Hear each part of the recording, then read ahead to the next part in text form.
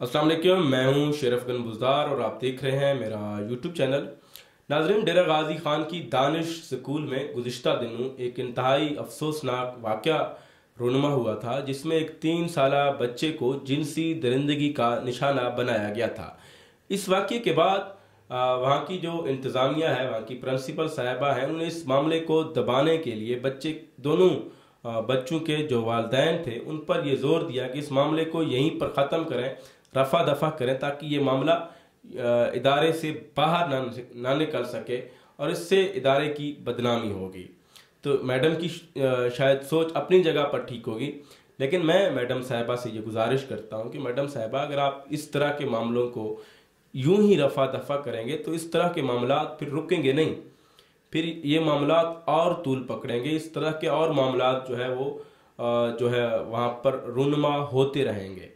तो खैर, इस मामले को जब हमने हाईलाइट किया तो उस पर जो है उस बच्चे की वालिद की मुद्दत में थाना द्रामा में FIR 108/21 जो है वो दर्ज हुई, जिसमें अब यहाँ पर एक और चीज़ है। जब मैंने ये खबर आप लोगों को बताई थी तो बहुत सारे दोस्तों ने तनकीद की थी इस बात के साथ कि 3 साल का बच्चा किस तरह जो है वो दानिश स्कूल अथॉरिटी में जा सकता है।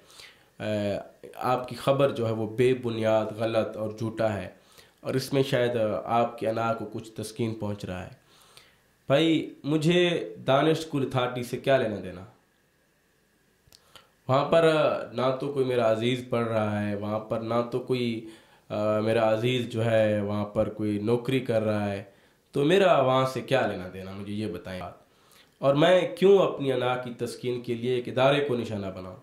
मैं तो उस दरिंदे को निशाना बना रहा था जिसके फेल को छुपाने के लिए उसको आप कह सकते हैं सज़ा दिलवाने की बजाय उसको ख़त्म किया जा रहा था।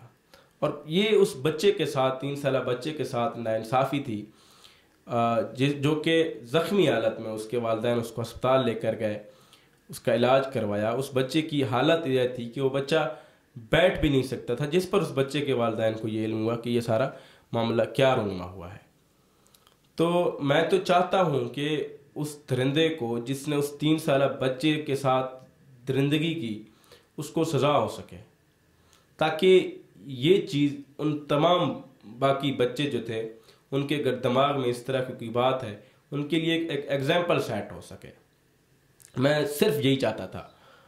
तो खैर, मैं तो ये कहता हूँ कि तमाम दोस्त जिन्होंने सवाल उठाए थे कि 3 साला बच्चा स्कूल के अंदर किस तरह एंटर हो सकता है, क्योंकि दानिश स्कूल अथॉरिटी में 6ठी क्लास से जो है क्लासेस स्टार्ट होते हैं और उसके बाद के वहाँ पर जो बच्चे होते हैं उनकी उम्र 10 साल से ज़्यादा होती है। तो ये FIR आप देख रहे हैं, मैं समझता हूँ कि आप तमाम लोगों के सवालों का जवाब है। भाई मेरे, वहाँ पर एक रिहायशी एरिया है जहाँ पर स्टाफ के लोग रहते हैं, स्टाफ के लोग उस इदारे के अंदर रहते हैं। तो वैसे भी 3 साल का अगर बच्चा हो, 2.5 साल का हो, 2 साल का हो, उसको वालिदैन भी वैसे अगर वो वहाँ पर पढ़ा भी रहे हों, वहाँ पर नौकरी कर रहे हों, नौकरी चाहे वो टीचिंग हो, चाहे किसी तरीके की नौयत की वहाँ पर अगर नौकरी भी कर रहे हों, तो वो इतना छोटे उम्र के बच्चों को वैसे वो भी साथ लेकर जाते हैं, क्योंकि उनके घर तो अकेले होते हैं, उन बच्चों को खिलाने वाला कोई नहीं होता। तो वो अपने बच्चों को वहाँ पर साथ लेकर जाते हैं ताकि वो उनकी वहाँ पर साथ केयर भी कर सकें। ये भी होता है, लेकिन वहाँ पर रिहायशी एरिया भी है।